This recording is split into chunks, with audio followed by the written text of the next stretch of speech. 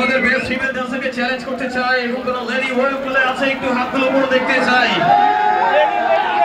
আমি কিন্তু আগেই বলেছিলাম ছেলে ছেলে কাপল হওয়া যাবে না, ছেলেরা হাত উঠানো যাবে না। কোন ফিমেল লেডি আছে আমাদের বেস্ট ফিমেল ডান্সারকে চ্যালেঞ্জ করবে? আমি একটু হাতটা উপরে দেখতে চাই। দ্য ব্ল্যাক ওয়ান লেডি উপরে চলে আসেন খুব দ্রুত।